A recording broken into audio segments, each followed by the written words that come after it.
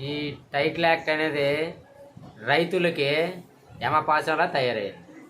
ఏ విధంగా అంటే ఈరోజు ఒక కూతురు పెళ్లి చేయాలన్నా, ఇంకేమైనా అప్పులు తీర్చాలన్నా ఎక్కడికో వెళ్ళే, ఎవరినో పట్టుకొనే, ఎవరి చేతిలో ఉండే వాళ్ళు చెప్తే కానీ మనం మన ఆస్తిని మనమే అమ్ముకోలేని స్థితిలో ఉంది ఈ టైటిల్ డీడ్ యాక్ట్.